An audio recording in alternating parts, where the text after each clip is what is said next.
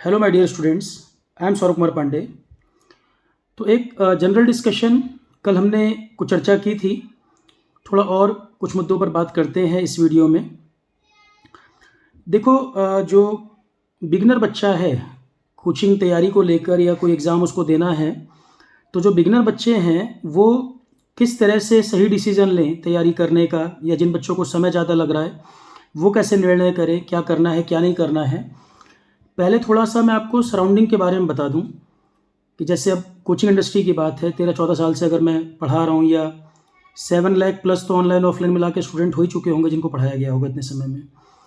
तो जो मुझे लगता है जो एक बदलाव देखने को मिल रहा है, जैसे हम लोग जब पढ़ते थे तो उस समय ये यूट्यूब वगैरह का इतना ट्रेंड नहीं था। आजकल आप देख रहे हो नए नए तरह के प्रोफेशन निकले हैं, मोटिवेटर, इन्फ्लुएंसर। तो कोई प्रोफेशन बुरा नहीं है भाई, किसी की रोजी रोटी चल रही है, किसी का अपना बिजनेस है, उसमें कोई बुराई नहीं है। पर वो चीज़ आपके केस में वर्क कर रही है कि नहीं कर रही है, क्योंकि बहुत टाइम आपका मोटिवेटिंग वीडियो में जाता है। तो मैं आपको बताऊं, जैसे यूट्यूब एक बहुत बड़ा बिजनेस का माध्यम है सभी के लिए। जो भी लोग ऑनलाइन बिजनेस में हो चाहे ऑफलाइन में भी हो, आजकल या कोई ब्रांड कोई हो या कोई प्रोडक्ट बनाने वाली कंपनी हो, यूट्यूब एक बहुत बड़ा माध्यम है प्रमोशन के लिए, क्योंकि बहुत बड़ा क्राउड वहाँ अवेलेबल है। ये तो नोन फैक्ट है, सबको मालूम है इसके बारे में। मोटिवेटर या इन्फ्लुएंसर, ये भी एक तरह का सेगमेंट डेवलप होने लगा, और आपने देखा कि कुछ समय में इन वीडियोस की बिल्कुल बाढ़ आ गई।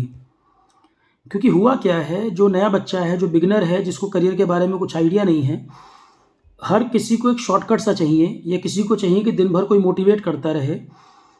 नए स्टूडेंट जो हैं वो इतना समय इन चीज़ों में बर्बाद करते हैं, जो उनको तैयारी में समय लगाना चाहिए, चाहे वो बिजनेस कर रहे हो चाहे वो कोचिंग वाले हों।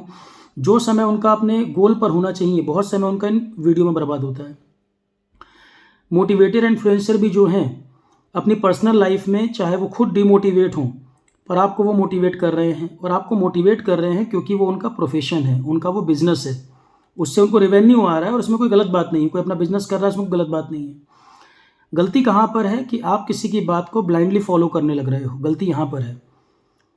आपको दिमाग मिला हुआ है भाई, जानवर इंसान में यही तो एक अंतर है कि इंसान के पास एक निर्णय करने की क्षमता, एक समझने की क्षमता है, कि वो किसी का ब्लाइंड फॉलोअर ना बने। किसी ने कुछ कहा और आप मान बैठे, ये तो ब्लाइंड फॉलो करना हो गया, तो ऑब्वियस सी बात है नुकसान होगा इसमें। ये आपका अपना निर्णय तो है नहीं, ठीक है। फिलहाल मैं आपको कोचिंग के बारे में जैसे बताऊं, कोचिंग संबंधित ही काफ़ी लोग मोटिवेटर हैं, या कुछ प्रचार हो रहे हैं, आपको मोटिवेट किया जा रहा है कि भैया आप एडमिशन लो, पढ़ो। कोचिंग में सबसे पहला, कोई बच्चा भी अगर तैयारी करने वाला है, वो 12th में हो चाहे 11th में हो, चाहे वो BA BCom कर रहा हो, BTech MTech कर रहा हो, सबसे पहली बात ये है, भीड़ को देखकर कोचिंग की तैयारी या कोई एग्ज़ाम की तैयारी भीड़ को देखकर ना करें। सबसे पहले अपने आप से पूछें, शांति से आज बैठें घर में, लाइट बंद करके ठंडे दिमाग से बैठ के विचार करें, आपकी स्ट्रेंथ क्या है और आपकी वीकनेस क्या है। सबसे पहले स्टेप है किसी भी काम के लिए खुद को जानना। अपने आप से पूछिए आपकी क्या स्ट्रेंथ है, क्या वीकनेस है। जो आपकी स्ट्रेंथ है उसको पेपर पे लिख लो, उस पर आपको आगे बढ़ना है। क्योंकि कोई ऐसा काम जो आपके मन का ना हो, अगर आपको मिल भी जाए तो 2-3 साल में आप इतना बोर हो जाओगे, आप उसमें 100% अपना दे नहीं पाओगे, फिर आप अच्छा परफॉर्म भी नहीं कर पाओगे। तो जो काम आपको करना है उसमें पहले आपकी खुद की तो सहमति होनी चाहिए, आपकी अंतरात्मा से तो आवाज़ आए कि आपको वो करना है, या आप उस काम को एंजॉय भी कर पाओगे। नहीं तो जॉब आप मतलब मिल भी जाए, सिर्फ जॉब बस पैसे के लिए मिल जाए, तो आप उसको एंजॉय नहीं कर पाओगे। 10 साल में फ्रस्ट्रेट होने लगोगे, 5 साल में ही मुश्किल हो जाएगा।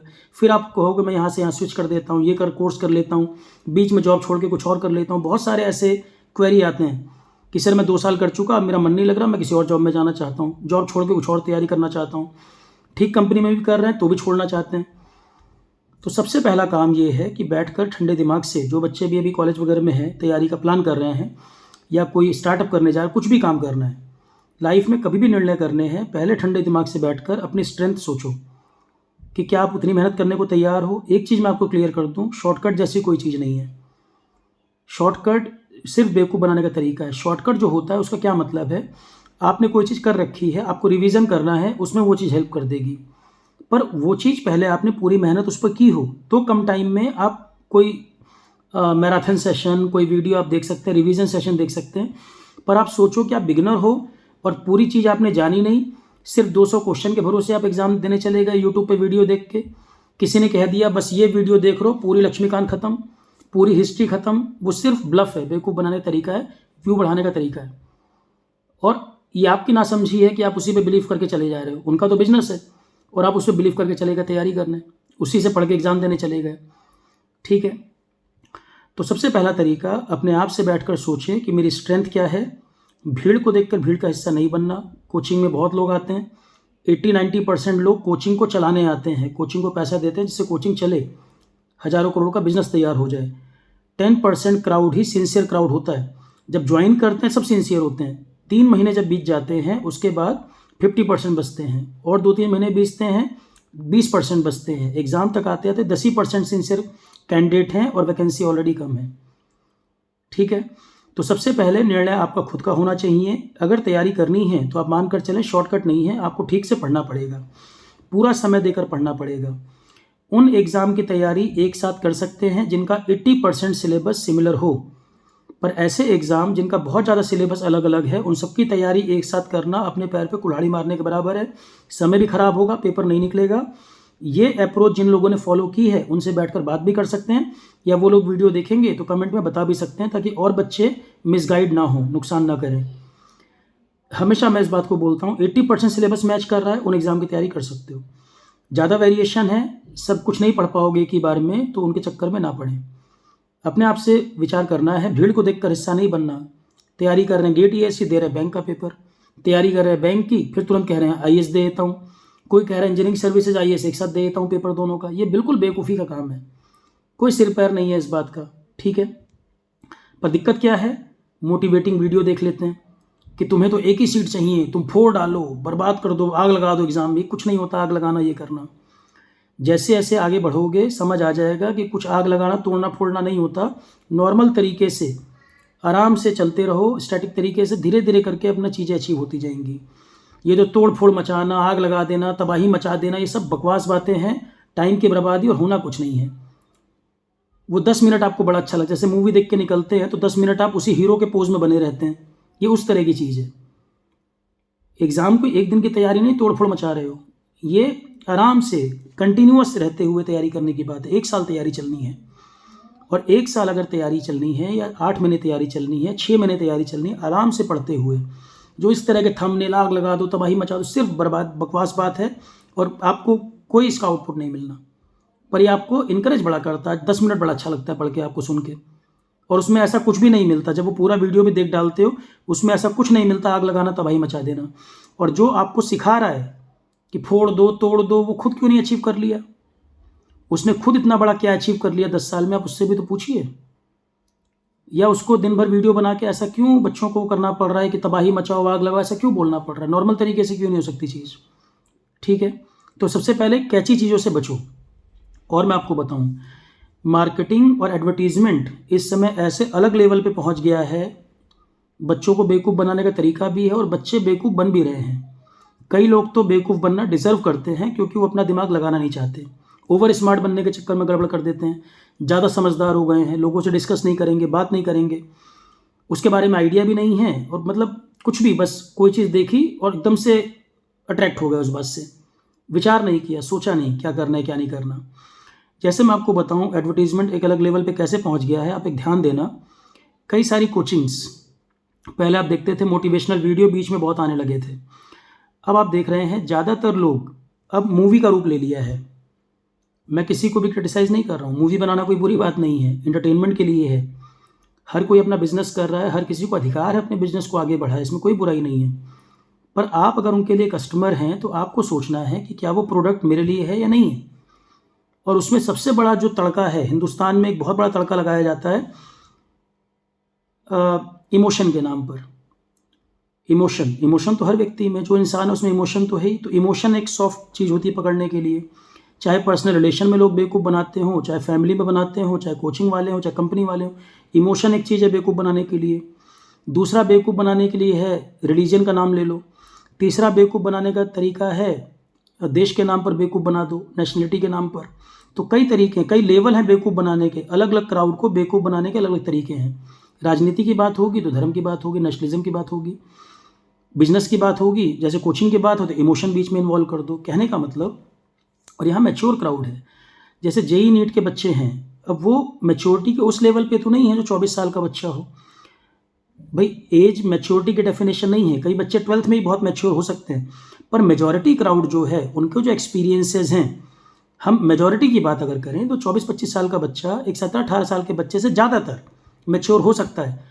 पर 100% नहीं बोल रहा हूँ, कोई 12th का बच्चा भी ज़्यादा मैच्योर हो सकता है अपनी कंडीशन के हिसाब से, पर मेजॉरिटी हम ये मान के चलते हैं जैसे जैसे एज बढ़ती है, एक्सपीरियंसेस ज़्यादा बढ़ते हैं, अनुभव ज़्यादा होते हैं, तो उसके हिसाब से मैच्योरिटी ज़्यादा आती है।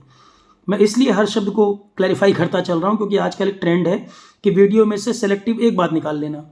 काफ़ी लोगों का तो काम ही यही रह गया है, उनको अपनी लाइफ में आगे नहीं बढ़ना है, उनको हर जगह कमी ढूंढनी है, मिस इंटरप्रेट करना है। मैं कई बार बातें बहुत क्लैरिटी के साथ कहता हूँ, पर उसमें भी लोग मिस इंटरप्रेट ज़बरदस्ती करने लगते हैं, क्योंकि उनको अपने पे काम नहीं करना है, खुद को इम्प्रूव नहीं करना है, दिन भर वो वीडियो में जा जाके कमेंट में नेगेटिव चीज़ ढूंढ रहे हैं। ये भी एक लोगों के लिए टाइम पास का तरीका बन गया है।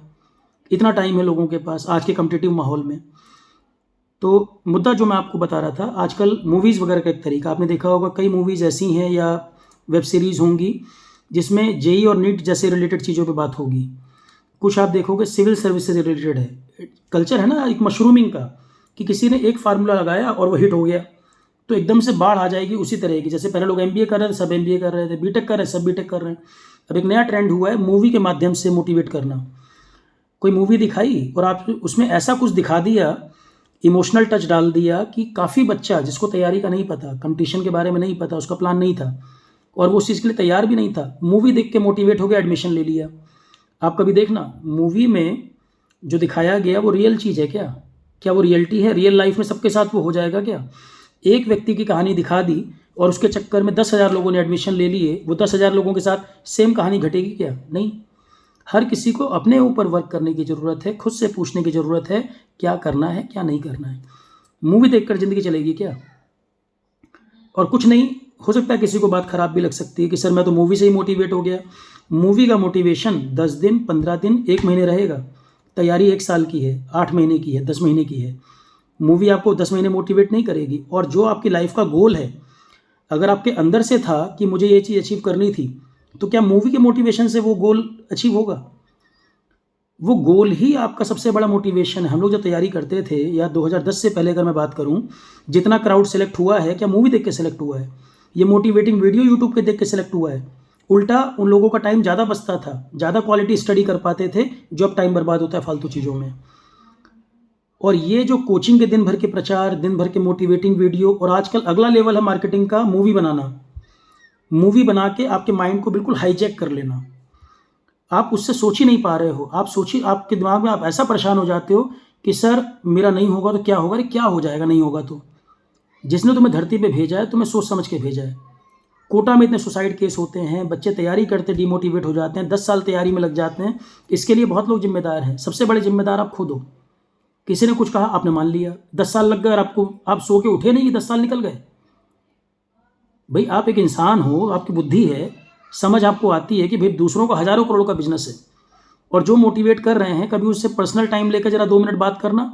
अगर वो आपके लिए इतना कंसर्न है तो आप उनसे मेल आईडी मांग लेना या नंबर मांग लेना कि भाई मुझे पर्सनल आप गाइड कर दीजिए, देखो करते हैं क्या। और कितने लोग अप्लाई करोगे, कितने लोगों को जवाब मिलेगा? जवाब भी मिलेगा तो कोर्स के लिए मिलेगा, ये कोर्स कर लो, इस कोर्स में हम बताएंगे, पर आपको जेन्युइन गाइडेंस नहीं करेंगे, गाइड नहीं करेंगे। सब कुछ बिजनेस हो गया है। एक जो ह्यूमैनिटी वाली बात थी वो लोगों में धीरे धीरे खत्म हो रही है। सब कुछ बिजनेस हो गया है। कुछ टाइम बाद आप देखोगे लोग जब सांस लेंगे, सांस लेने में भी ऐड लिखा हुआ आएगा, इस कंपनी का, इस कोचिंग का या इस एग्ज़ाम का। बस यही रह गया है। हवा बिक रही है आजकल, पॉल्यूशन जहाँ है हवा बिक रही है, पानी बिक रहा है बॉटलों में। 50 साल पहले कोई नहीं सोचता। कुछ टाइम बाद देखोगे, अब सांस लोगे, कुछ बोलोगे, वॉइस के ऊपर कोचिंग का नाम लिखा आ रहा होगा। सबसे बड़ा जो बच्चों का करियर बर्बाद हो रहा है वो इस चीज़ में हो रहा है कि उनका अपना डिसीजन नहीं, फैमिली के डिसीजन पे डिसाइड कर रहे हैं, या खुद डिसाइड कर रहे हैं, या घर पे कोई कोचिंग वाले आ गए। पहले तो ट्रेंड था घर घर पे जाके कोचिंग वाले बच्चों को मोटिवेट, पेरेंट्स को गाइड कर रहे थे, कंसल्ट कर रहे थे। ये सब ट्रैप है, सब बिजनेस मार्केटिंग 24 घंटे चल रही है और आप कहीं ना कहीं उससे बच नहीं पा रहे हो।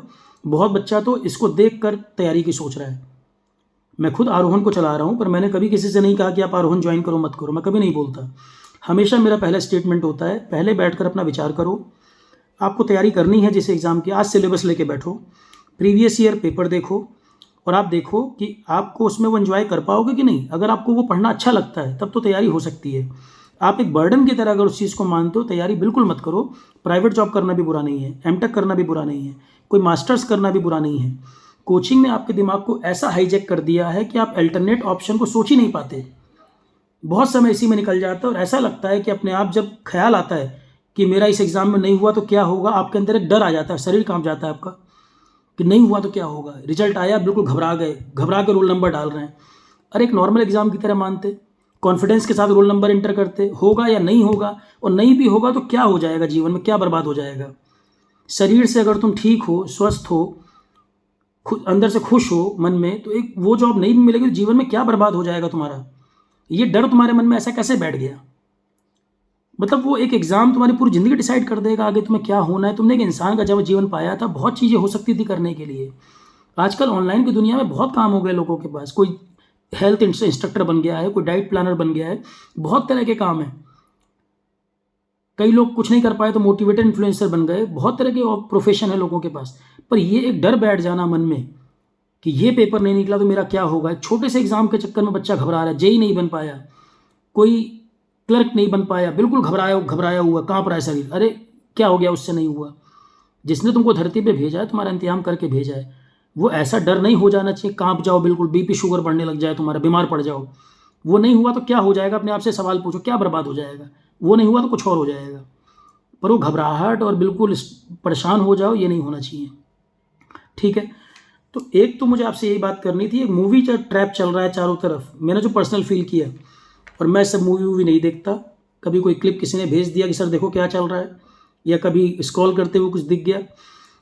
पर जो मूवी आप देख रहे होंगे कोचिंग से रिलेटेड देखना, कहीं ना कहीं पर्टिकुलर एग्ज़ाम को डायरेक्टली नहीं बोला गया होगा। मूवी की थीम उसी के किनारे घूम रही होगी, जैसे वो एग्ज़ाम बहुत बड़ी चीज़ था जीवन में।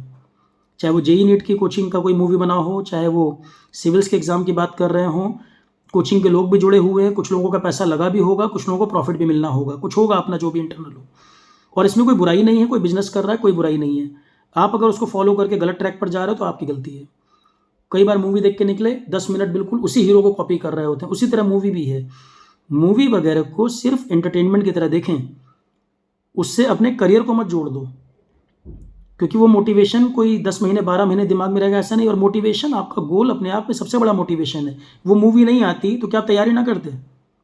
वो मूवी नहीं बस तैयार कर दिया आपको, और वो सही सही वही घटना वो सबकी ज़िंदगी में घट जाएगी क्या। जितने लोग मूवी देख के गए हैं वो सारे सेलेक्ट हो जाएंगे क्या। 10% क्राउड ही, भाई 7 लाख बच्चा अगर पढ़ाया है मैंने, तो मैं अपने अनुभव से कह रहा हूँ। 12-14 साल हो गए इस लाइन में, अच्छी तरह मैं समझता हूँ इस पूरी फील्ड को, स्ट्रेटजी को भी। और मैं खुद आरोहण इंस्टीट्यूट चला रहा हूँ, और मैं खुद आपसे ये बात कह रहा हूँ। इससे क्लियर क्या हो सकता है, शायद कोई आपसे चर्चा नहीं करेगा। मैं क्लियर कट आपसे बोल रहा हूँ कि अपना डिसीजन होना चाहिए, करना है या नहीं करना है। मूवी देखकर आप डिसाइड नहीं करोगे आप करियर क्या बनने वाला है। ठीक है, तो कुछ पॉइंट जो मैंने ढूंढ के निकाले थे। भेड़ चाल का हिस्सा नहीं बनना, उसके अलावा कोचिंग करना है नहीं करना, कोई मूवी देख के नहीं।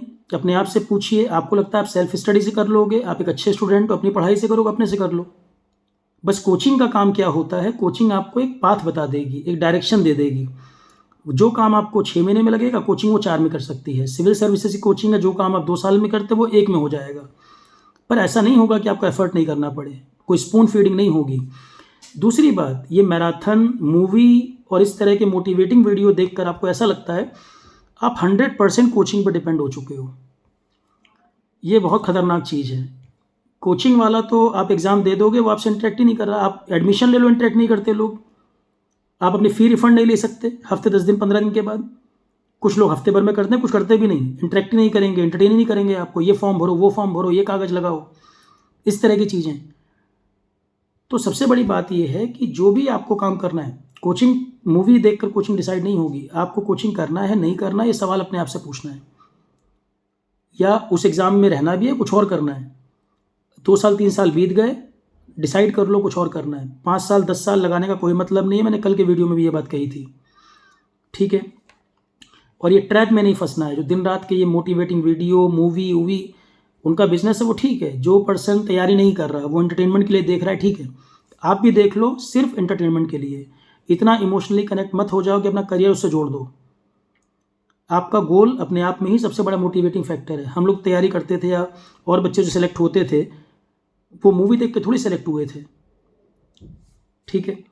और मोटिवेशन अपने आप में ही, जैसे अब मैं इतने साल से पढ़ा रहा हूँ, आप मेरे से कहोगे कि सर आप कैसे मोटिवेटेड रहते हो? भाई मुझे पढ़ाना अच्छा लगता है, मेरे लिए वही सबसे बड़ा मोटिवेटिंग फैक्टर है। कोई बच्चा बोलता है मैं सेलेक्ट हो गया या आपके पढ़ाई क्वेश्चन आ गया, वही मोटिवेटिंग फैक्टर है मेरे लिए। तो मैं तो मूवी देख के नहीं मोटिवेट हो रहा, ठीक है। दूसरा, समय मिले तो हॉबी वगैरह जो अगर ऐसी है कि जो आपने रूटीन के साथ फॉलो कर पाओ।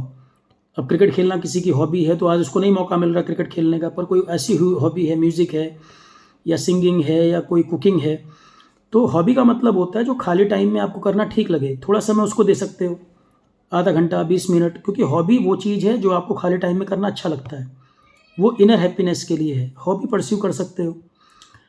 10-20 मिनट के लिए मेडिटेशन कर सकते हो। मेडिटेशन का मतलब है ध्यान लगाना। ध्यान लगाने का मतलब है, कल एक बच्चे ने पूछा सर मेडिटेशन में क्या मतलब है? मेडिटेशन का मतलब है आप ध्यान लगाइए, विचार आएंगे, विचार जाएंगे, थॉट आएंगे, थॉट जाएंगे, थॉट में उलझना नहीं है, आने दो, जाने दो, मतलब फ्री थिंकिंग, बिल्कुल फ्री माइंड। जो विचार आ रहा है आने दो, जो आपके मन से बात निकल रही है निकलने दो, वो चलने दो उस क्रिया को। मेडिटेशन का मतलब ये, थोड़ी थोड़ी देर में आप देखोगे आपको जो डेप्थ है वो बढ़ती जाएगी, एरोगेंस कम होता जाएगा, हम्बलनेस बढ़ती जाएगी और कूल एंड काम होते चले जाओगे, ठीक। दूसरा मैंने बताया सेल्फ डिसीजन, समय समय पे खुद को इवेल्युएट करना। खुद को इवेल्युएट करना, इवेल्युएशन में जो व्यक्ति आपको अच्छा जानता हो, मान लो आपका टीचर हो, वो भी आपके बारे में ठीक इवेल्युएशन आइडिया दे सकता है। सबसे बेटर इवेल्युएट आप खुद को कर सकते हो कि आप क्या कर रहे हो, सही कर रहे हो, गलत कर रहे हो, अपना खुद का समय समय पे इवेल्युएशन करना। तो जो ध्यान लगाने का तरीका है उसमें इवेल्युएशन भी आपका होता है। 100% डिपेंडेंसी कोचिंग पे नहीं रखनी है। मैं फिर बता रहा हूँ, जैसे मैंने आपको जीएस के इतने सारे सब्जेक्ट पढ़ाए और अब आप प्रीवियस ईयर मत लगाओ, या आप, मैं कुछ चीज़ें बता रहा हूँ आप फॉलो ही नहीं करोगे, क्वेश्चन लगाओगे नहीं। अब एक टॉपिक है, जैसे मान लो मैं स्टेट लोकल के लिए बोलता हूँ कि भाई इतना हमने पढ़ा है स्टेट लोकल के लिए, थोड़ा बहुत आपको यहाँ से देखना है, आप देखोगे ही नहीं, एग्जाम हो जाएगा, फिर आप कहोगे कि सर जीएस तो बन गया, स्टेट लोकल क्वेश्चन कॉपी से नहीं फंसे। तो बार बार टीचर बोल रहा है कि भाई 100% कोचिंग स्पून फीडिंग नहीं करा सकती कोई भी। दुनिया का कोई व्यक्ति क्लेम नहीं कर सकता कि कोचिंग करके जाओ और यही क्वेश्चन आ जाएंगे। कोई पेपर लीक करा के बैठा हो तो अलग बात है, ये आपको अच्छी तरह समझ आता है। आप बिल्कुल अपना जो एफर्ट है, अपनी रिस्पॉन्सिबिलिटी दूसरे पे डालते चले जा रहे हो, और अपना एफर्ट आपके करियर के लिए आप खुद एफर्ट नहीं करोगे, ठीक है। कोई कुछ भी कहे, कोई कुछ भी कह दे कि भाई बस कोचिंग कर लो तो हो जाएगा, कोचिंग सिलेक्शन नहीं कराती, कोचिंग आपको गाइड कर देगी, आपके एफर्ट को थोड़ा कम कर देगी। सामने बैठा व्यक्ति पढ़ा रहा होगा, एक्सपीरियंसड होगा, जो काम की चीज़ें हैं उन पर ज़्यादा एम्फेसिस दे देगा, पढ़ाते पढ़ाते आपको बता देगा ये इंपॉर्टेंट चीज़ें हैं। पर आप प्रीवियस ईयर मत लगाइए, सिलेबस मत देखिए, कितनी एज। अब आप, कई बच्चे ऐसे मैसेज करते हैं फॉर्म आ गया, वो एग्ज़ाम भर रहे हैं, उनको ये नहीं पता एज कितनी, एलिजिबिलिटी कितनी है, फ़ोटो किस साइज़ की लगानी वो टीचर से पूछ रहे हैं। तो ये क्या बता रहा है कि कहीं मोटिवेटिंग वीडियो या मूवी देख कर आए एग्ज़ाम देने। सिलेबस उनको नहीं पता, कुछ भी पढ़ रहे हैं, सिलेबस में क्या आएगा वो टीचर से पूछ रहे हैं, जबकि नोटिफिकेशन में साफ साफ लिखा हुआ है। तो तैयारी क्यों कर रहे हो, साल क्यों ख़राब कर रहे हो? बहुत वैल्यूएबल चीज़ है टाइम। जो करना है वो कंक्रीट काम करो जिससे कुछ आउटपुट निकले, समय बर्बाद मत करो। बहुत बड़ा क्राउड सिर्फ एग्ज़ाम में समय बर्बाद कर रहा है, उसको खुद को पता है वो समय बर्बाद कर रहा है। 2-3 साल में एग्ज़ाम के क्लोज भी नहीं पहुंचा किसी, तो भी समय बर्बाद कर रहा है, ठीक है।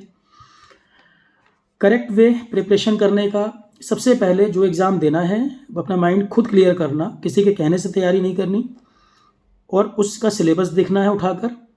लेटेस्ट सिलेबस जो है पहले वो देखिए, सिलेबस में आपको क्या लग रहा है कि आप जिसमें कंफर्टेबल हैं, किस एरिया में आप कंफर्टेबल नहीं हैं, क्या आप उस एग्ज़ाम की तैयारी करना चाहते हैं, अपने आप से पूछिए।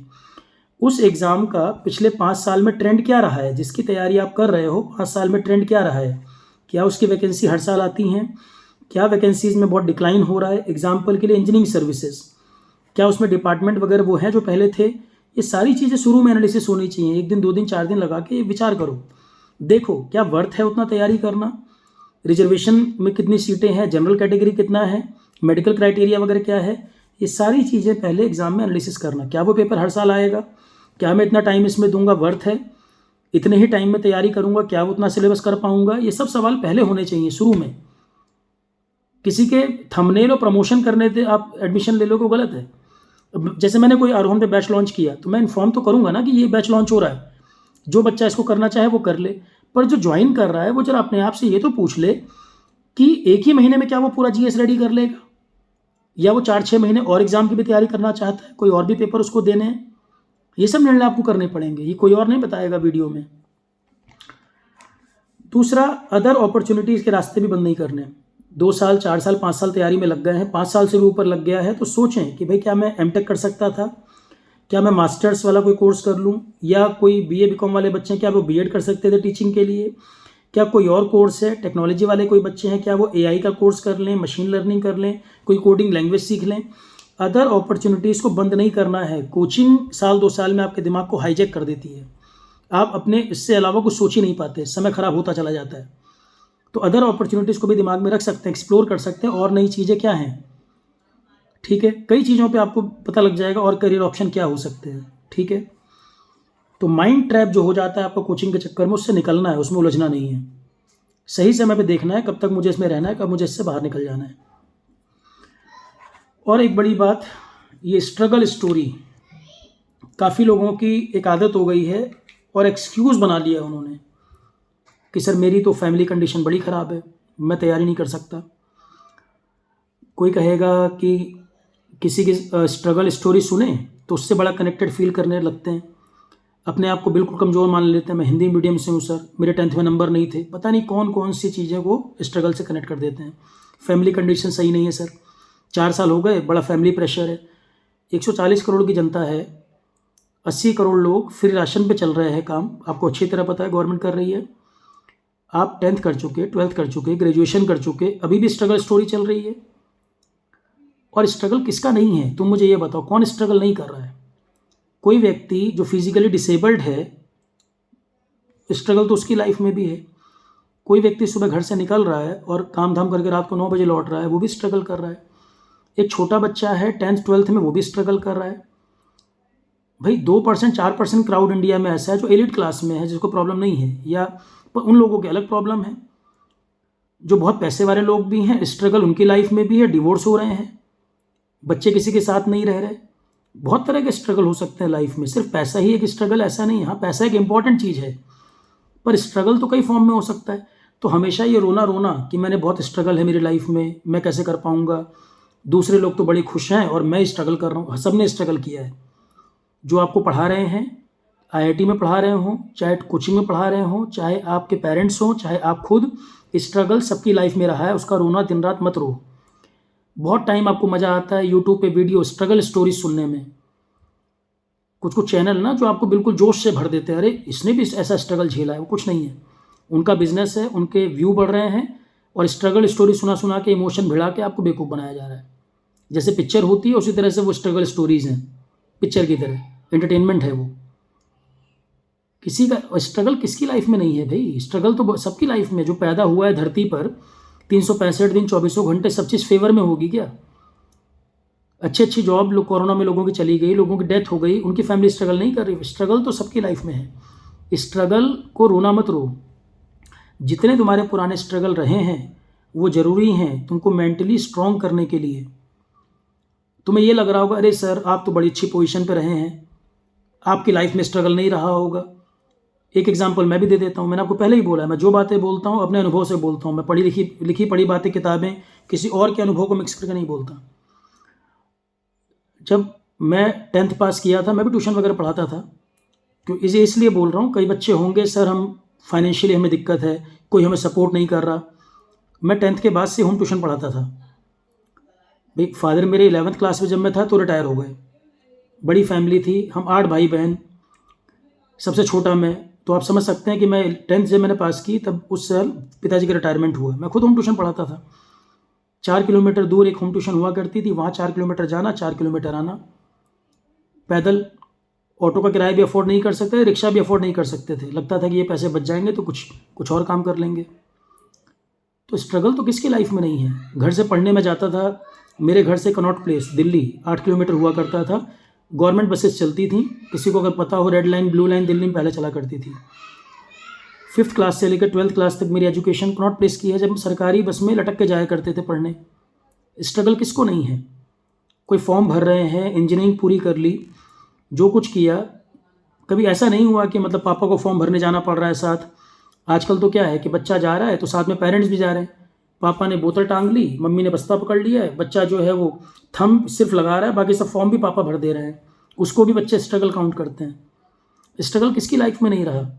उसका रोना नहीं रोया जाता है, उस चीज़ को टैकल किया जाता है। दिन भर अगर रोना रोने की आदत बना लोगे, एक्सक्यूज़ हर चीज़ में देने लगोगे, तो उस चीज़ से उबर नहीं पाओगे। और जितने स्ट्रगल हैं वो आपको मेंटली स्ट्रॉन्ग करते हैं, आपके पास्ट एक्सपीरियंस आपको मजबूती देते हैं। कुछ नहीं करोगे, दिन भर खाट पे लेट जाओ और आसमान की तरफ देखते रहो, कोई मिरेकल होगा? तो जो मेहनती आदमी है, कर्म पे जो भरोसा करता है, मिरेकल भी उसी को सपोर्ट करते हैं। होते हैं मिरेकल, पर वो उसके लिए, उस व्यक्ति के लिए जो बहुत मेहनती भी हो। किसी किसी के केस में आप लक फैक्टर 1% बोल सकते हो, कुछ नहीं किया तो भी उसको ये मिल गया, तो वो तुम्हारे केस में भी हो जाएगा, कोई ज़रूरी नहीं है। हार्ड वर्क जो है वो बहुत चीज़ों को सब्स्टिट्यूट कर सकता है। बड़ी से बड़ी परेशानी को, मैं ज़्यादा बिलीव इसी पे करता हूँ। हार्ड वर्क ऐसी चीज़, hard work with proper planning. Hard work का मतलब मैं ये नहीं कह रहा हूँ कि सीमेंट के बोरे उठाओ आप जाकर। आप सीमेंट के बोरे उठाने हैं तो उठाओ, पर प्रॉपर प्लान उसके पीछे आपका कुछ है कि क्या आपको ये लग रहा है मैं 2 साल सीमेंट के बोरे उठाऊंगा और 5 साल बाद मैं सीमेंट की फैक्ट्री लगाने के लिए मेरी कोई पॉलिसी है इसके अंदर? क्या मेरा कोई प्लान है इसके पीछे? हार्ड वर्क करना, पर किसी प्लानिंग के साथ कि उसके लिए मेरा आगे का विज़न क्या है, मैं क्या सोच रहा हूँ। तो स्ट्रगल स्टोरी वगैरह जो है वो दूसरे की स्ट्रगल स्टोरी देख देख के उसमें से बस एक प्लस पॉइंट हो सकता है कि उस व्यक्ति ने कोई मिस्टेक की। कई लोग तो एक्टिंग कर रहे होते हैं, रियल में नहीं भी हुआ होता, वो कहानी की तरह बता देते हैं आपको। आजकल एजुकेशन की फील्ड में भी मैं कहूँ तो 2 तरह के लोग होते हैं, टीचर होते हैं, दूसरे एंकर होते हैं। एंकर होते हैं, एंकर आप ऐसे पहचान जाओगे कि जो टाइम मिलेगा पढ़ाई की बात छोड़कर आलतू फालतू बातें चल रही होंगी। कोई भूत की कहानी सुना रहा होगा। आजकल एक नया ट्रेंड चला है कि टीचर भूत की कहानी सुना रहे हैं। तो टीचिंग थोड़ी है, वो तो एंकर कहा जाएगा, और क्या है, वो टीचिंग है क्या? भाई कोई ऐसा लाइफ में आपकी बदलाव आ रहा हो, कोई आपकी डे टू डे लाइफ से रिलेटेड कोई बात हो रही हो, कोई पढ़ाया जा रहा हो, कोई एग्ज़ाम के बारे में चर्चा हो रही, टीचर का काम तो ये है ना। टीचर कोई भूत की कहानी सुनाएगा क्या? और अगर सुना रहा है तो एंटरटेनमेंट के पॉइंट ऑफ व्यू से देखो, ठीक है, उसमें तो कोई काम की चीज़ नहीं है। और मुझे तो लगता है टाइम कम मिलता है। भाई भूत की कहानी तो मुझे भी आती है, क्या मैं कहानी सुनाने लग जाऊँ यहाँ पर? पीछे एक पेपर हुआ कोई, मैं ऐसे ही किसी ने क्लिप भेजा बच्चे ने, कि वो टीचर जो थे क्या कर रहे थे, एक क्वेश्चन आया, उन्होंने बताया देखो मैंने पढ़ाया था, और डांस कर रहे हैं। फिर अगला क्वेश्चन बताया, ये आया, डांस कर रहे हैं, कोई रो रहा है, कोई कुछ कर रहा है। तो टीचिंग है कि मतलब जंबो सर्कस चल रहा है ये? मैं किसी को क्रिटिसाइज़ नहीं कर रहा हूँ, मैं सिंपली आपसे ये कह रहा हूँ आप किस उद्देश्य के साथ चीज़ें देख रहे हैं और वो आपको हेल्प कैसे कर रही हैं। आपने एंटरटेनमेंट के माध्यम से यूट्यूब खोला है, एंटरटेनमेंट अपना एंजॉय करो, पर पढ़ाई के पॉइंट ऑफ व्यू से अगर आप माइंडसेट से आप चीज़ें देख रहे थे तो डिस्ट्रैक्ट हो गए। मैं इस पर बोल रहा हूँ, मैं किसी को क्रिटिसाइज़ नहीं कर रहा हूँ। उनको उनको जो वो कर रहे हैं उनको पता है वो क्या कर रहे हैं। उनको पता है कि भूत की कहानी सुनाऊंगा, व्यू आएंगे, मुझे पैसे मिलेंगे, ठीक है, वो उनका अपना एजेंडा बिल्कुल ठीक है अपनी जगह, कोई बुराई नहीं है। कोई अर्न कर रहा है, अपनी फैमिली को चला रहा है, उसमें कोई बुराई नहीं, उनका करियर है, उनका प्रोफेशन है वो। पर आप किस माइंडसेट से यूट्यूब पर आए, सोशल मीडिया पर आए, और वो चीज़ आपको वर्क कर रही है कि नहीं, ये आपका टाइम वेस्ट हो रहा है। सोशल मीडिया का यूज़ मिसयूज़ दोनों है। कई लोग कहते हैं मैं तो फ़ोन ऑफ कर दिया हूँ 3 महीने से। अरे फ़ोन ऑफ सॉल्यूशन नहीं है। बहुत सारी चीज़ें, अब मैं PDF दे रहा हूँ या मैं वीडियो दे रहा हूँ, आपको लेक्चर डाल रहा हूँ, तो वो तो उसमें ऑनलाइन देखना पड़ेगा। पर आपको ये तय करना है कि जब आपने फ़ोन उठाया तो वो यूज़ के लिए या मिसयूज़ के, एन्जॉयमेंट के पर्पज़ से कर रहे हो, एन्जॉयमेंट के हिसाब से देखो। आप जॉब में हो, करियर में कोई तैयारी नहीं कर रहे हो, देखो आप, उसको कोई प्रॉब्लम नहीं है। पर अगर आप एग्ज़ाम ओरिएंटेड हो तो आप क्या देख रहे हो और कितना टाइम आपको उसमें जा रहा है। सबसे वैल्यूएबल चीज़ टाइम है। 6 महीने, 8 महीने, 10 महीने जो तैयारी को मिले हैं, क्या वो पूरा समय डेडिकेटेड उसमें जा रहा है या टाइम वेस्ट हो रहा है? और किसी को दिखाने के लिए मत पढ़ो। खुद पढ़ना है, खुद तैयारी करनी है, ना फैमिली को दिखाने के लिए, किसी को दिखाने के लिए। कौन क्या कह रहा है, क्या नहीं कह रहा, किसी को बताओ ही मत, मैं तैयारी कर रहा हूँ। कोई तुमसे कहे तैयारी करो, नहीं नहीं मैं तो ऐसे ही बस 1 साल कुछ हुआ नहीं, मैं सोचा कुछ कर लेता हूँ। सबको बताया नहीं जाता है क्या कर रहे हो। जो कर रहे हो अपने दिमाग में रखो, अपना 100% उस पर दो। किसी को बोलोगे ना मैं तैयारी कर रहा हूँ, वो रोज़ आपका दिमाग ख़राब करेंगे। अच्छा जरा मेरे बेटे को गाइड कर दो, मेरा बच्चा अभी हाई स्कूल में पहुँचा, उसको कुछ बता दो, कुछ पढ़ा दो, और नई सिलेक्शन होगा तो वही कमेंट करेंगे तुमको। तो अपना टाइम बचाओ, आलतू फालतू किसी में टाइम मत लगाओ। कोई कहे तैयारी करो, नहीं कर रहा हूँ, ठीक। या कोई तुम्हारा बड़ा वेलविशर बन रहा हो तो उससे कहो जरा 5,000 रुपये दे दो, कोचिंग की फीस भरनी है मुझे, या मुझे कुछ स्टडी मटेरियल लाना है। उनके हाथ पाँव फूल जाएंगे, वो तुमको देंगे नहीं, तो फिर तुम्हारा वेलविशर भी नहीं है, रोज़ टाइम क्यों बर्बाद कर रहे हैं।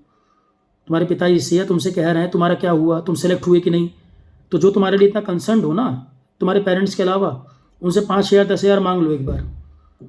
कि मुझे स्टडी मटेरियल लाना है, आप मेरे बड़ा कंसर्न हो मेरे करियर के लिए, मुझे 10,000 दे दो, जब जॉब लग जाएगी वापस कर दूंगा। देखो मिलता है। और जो व्यक्ति तुमको हेल्प नहीं कर रहा उसकी बात तुम माइंड क्यों कर रहे हो? उसको सिंपली बोल दो भैया आपको क्या मतलब मैं क्या कर रहा हूँ, और मैं नहीं कर रहा हूँ कुछ, सिर्फ अपनी तैयारी पे फोकस करो। हम क्यों किसी को 10 मिनट एक्सप्लेन भी करें? कई लोग तैयारी भी एक स्टेटमेंट, फैशन स्टेटमेंट बना लिया है, मैं आईएएस की तैयारी कर रहा हूँ। कर क्या रहा है अंदर से जानता है वो क्या कर रहा है, पर सुनने में बड़ा अच्छा लगता है। आईएएस की तैयारी कर रहा हूँ। आईएएस की तैयारी करना और आईएएस हो जाना दोनों अलग बातें हैं। और आईएएस भी एक जॉब है, उसको सर पे मत बिल्कुल दिमाग में बैठा लो कि पता नहीं क्या हो जाएगा। आईएएस बनने पर भी रिलेटिव ज़्यादा एंजॉय करते हैं, आईएएस खुद इतना एंजॉय नहीं कर पा रहा होता, दिन भर वो तो बेचारा इंतजाम में ही लगा रहता है। तो कोई चीज़ तैयारी करना और हो जाना दोनों में अंतर है। तैयारी कर रहे हैं दिखावट सुनाने के लिए नहीं, फैशन के तौर पे नहीं कि लोग इंप्रेस हो जाएंगे। तैयारी करो लगकर। ये सब बातों में समय मत खराब करिए। अब आधा घंटा मैंने भी ये वीडियो बोला तो समय तो बेकार हो रहा है तुम्हारा, और क्या हो रहा है, पर शायद किसी को कोई कनेक्ट कर जाए, एक बार सुन के शायद कोई हेल्प हो जाए। अक्सर मैं इस पे इन चीज़ों पे चर्चा नहीं करता, मैं पढ़ाने पर ज़्यादा फोकस करता हूँ कि पढ़ा दिया जाए। पर क्वेरी जिस तरह की आ रही हैं और फ़ोन पे बच्चों से बात करके जो मुझे लग रहा है, सिर्फ यही एक रीज़न है कि कल के बाद मैंने फिर आज दूसरा वीडियो बनाया इसके ऊपर। क्योंकि टीचर का ये भी तो काम है कि ट्रैप में फंस रहे हो, समय बर्बाद होगा। 4 साल बाद मेरे से कहोगे सर 4 साल निकल गए, तो क्या करूँगा मैं उस पर? बेहतर है कि जो बिगिनर बच्चा है वो आज इस चीज़ को जान ले। एक बार 1-2 वीडियो में सारी चीज़ें मैं एक मतलब बता दे रहा हूँ जो मुझे लगता है। तो उसमें से किसी को हेल्प हो रही, लग रहा है कोई चीज़ समझने वाली है समझो, लग रहा है बकवास है लिख दो कमेंट में सर कोई फ़ायदा नहीं हुआ। लग रहा है आपको ये चीज़ें हेल्प करती हैं तो आप बताइए, और भी किसी चीज़ पर चर्चा करनी हो आप कमेंट में लिख देना कि सर इस पर भी थोड़ी बात करिए। मेरे को नॉलेज होगी, मुझे इस चीज़ का अनुभव होगा तो बात करेंगे, नहीं तो मैं कह दूंगा भाई मुझे नहीं पता है या मैं सही पर्सन नहीं हूँ इस बात के लिए। पर सारी बातें अपना निर्णय करना, खुद का निर्णय करना, दूसरे पर हर चीज़ नहीं डाल देना। और कोचिंग फिर मैं कह रहा हूँ, आरोहण का ही कोई कोर्स ज्वाइन कर रहे हो तो आरोहण आपको 80% 90% तो हेल्प कर देगा, पर बार बार जो मैं एक चीज़ 2 चीज़ आपसे बोलता हूँ कि ये प्रयास आपको करना पड़ेगा, तो उससे मत किनारे हट जाओ। जैसे भी एयरपोर्ट अथॉरिटी का पेपर हुआ, 45 दिन का मुश्किल से समय मिला था, बच्चों की डिमांड थी सर फिजिक्स मैथ्स कराइए। मैं क्लियर कट आपसे बात करता हूँ, फिजिक्स मैथ्स का कोर्स हमने बैच कोर्स तो लॉन्च किया ही, और आरोहण पे मॉड्यूल वाइज भी कोर्स बना दिए। किसी को मान लो एक ही टॉपिक पढ़ना हो तो पढ़ ले। अब कोई बच्चा सिर्फ आरोहण पे एक ही टॉपिक पढ़ के गया है, वो पूरा बैच कोर्स करके नहीं गया और सिर्फ उसी के लिए ब्लेम करने लग जाए, क्या ये सही है? मान लो मैंने एक पूरा कोर्स बनाया जिसमें जीएस 8 सब्जेक्ट थे और हिस्ट्री सिंगल सब्जेक्ट भी ओपन कर दिया कि और कोचिंग में फैसिलिटी नहीं मिल पाती, चलो हम एक सिंगल सब्जेक्ट भी ओपन कर दें, किसी को खाली हिस्ट्री करना है वो हिस्ट्री कर ले, क्यों पूरे बैच का पैसा बेकार करे? अब एग्जाम होने के बाद कोई ये कहे कि सर हिस्ट्री के क्वेश्चन एग्जाम में पूछे ही नहीं गए, तो क्या ये आरोहण की जिम्मेदारी गलती है? हिस्ट्री नहीं पूछा गया या हमने सिंगल कोर्स सब्जेक्ट दे दिया, क्या वो आरोहण की गलती है? किसी सब्जेक्ट किसी एग्जाम में अगर कोई सब्जेक्ट नहीं पूछा गया पर हमने अवेलेबल कर दिया है कि भाई किसी को ये टॉपिक करना है तो ये टॉपिक कर सकता है, या तो पूरा बैच कोर्स वो करता तो मैं कहता भाई यहाँ से क्वेश्चन बनते। तो एयरपोर्ट अथॉरिटी वाले में क्या हुआ, जैसे हमने 11-12 की बात थी, मैथ्स फिजिक्स एक अलग से भी मॉड्यूल डाल दिया था, बैच कोर्स भी था। जीएस में 10 में से 9 क्वेश्चन एयरपोर्ट अथॉरिटी सीधे सीधे क्वेश्चन आए हैं। इंग्लिश उसमें टफ नहीं पूछा गया, एप्टी रीजनिंग बहुत ईजी आया है। तो जब 120 में से कोई कह रहा है 95 कट ऑफ जाएगी, 100 कट ऑफ जाएगी, तो कुछ भी नहीं छोड़ सकते, फिर तो जीएस भी पढ़ के जाना पड़ेगा। फिर कोई कह रहा है कि सर जीएस मैंने पढ़ा ही नहीं। फिर कोई कह रहा है कि सर 11 फिजिक्स से ज़्यादा पूछ दिया। अरे भाई जब कट ऑफ हाई जाएगी तो पूरा ही पढ़ना पड़ेगा ना, छोड़ने से कैसे काम चल जाएगा? और मुझे ये बताओ, अगर 30-40 दिन ही मिले और 27 तारीख डेट आ गई एग्जाम की, तो उतने ही टाइम में 11-12 की मैथ्स 11-12 की फिजिक्स पूरी हो जाएगी क्या? नहीं हो सकता। क्वेश्चन एग्जाम होने के बाद लोग बातें करते हैं उस पर। अब मैंने बच्चों को कई बार कहा कि 11th की फिजिक्स 2-3 साल से नहीं पूछा गया है, अपने से आपको इसमें एफर्ट करना पड़ेगा। 11-12 की मैथ्स करा दी, 12th की फिजिक्स करा दी, 11th के कुछ टॉपिक करा पाए। पर 11th फिजिक्स के लिए मैं बार बार कह रहा हूँ, डे 1 से कह रहा था, 11th फिजिक्स के लिए खुद से एफर्ट करने पड़ेंगे, क्योंकि 11th फिजिक्स पिछले साल में ज़्यादा नहीं पूछी गई है। तो हम पहले 11-12 मैथ्स कराएंगे, फिर 12th फिजिक्स कराएंगे, जो ज़्यादा आया है।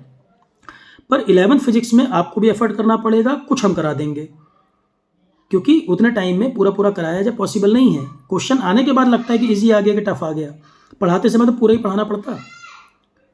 भाई 4 महीने 6 महीने एग्जाम को मिले तो अलग बात है। तो कहने का मतलब मेरा ये है, जो एक ये ट्रेंड बदल गया है कि 100% कोचिंग पर डिपेंडेंसी हो गई है कि लाइन टू लाइन कोचिंग ने पढ़ाया हो। एक ही महीने पहले बैच ज्वाइन करें, अगले महीने पेपर होना है, फिर आप कहें कि सर कोचिंग में ये कवर नहीं हो पाया। अब जैसे मैं स्टेट लोकल की बात करता हूँ, यूपी बिहार का स्टेट लोकल एग्जाम होगा, जीएस पूरा पूरा हम कवर कर रहे हैं, सब कुछ करा रहे हैं, स्टेट लोकल की जब बात आएगी, यूपी बिहार इन दोनों स्टेट में स्टेट लोकल ज़्यादा नहीं पूछता, पर स्टेट लोकल में मैं भी अपनी तरफ से चीज़ें ऐड करूँगा, खुद से भी प्रयास करने पड़ेंगे स्टेट लोकल के लिए। बाकी जीएस तो हमने पूरा कवर किया है, एक एक छोटे छोटे टॉपिक भी कवर किए हैं। स्टेट लोकल वगैरह के लिए जो जिस स्टेट का पेपर देने जा रहा है, क्या उसको अपने स्टेट का एबीसीडी भी नहीं पता? तो जहाँ पर कुछ एफर्ट करना पड़ सकता है, कोचिंग क्लियर कट तो कह रही है कि भैया आपको ये चीज़ ऐड भी करनी पड़ेगी। आरोहण पर भी जो स्टेट के एग्जाम ज्वाइन कर रहा है, यूपी बिहार दोनों में स्टेट लोकल ज़्यादा नहीं आता, किसी पेपर में ज़्यादा नहीं आया हुआ है। पुराने पेपरों में भी देखो, लास्ट ईयर बताया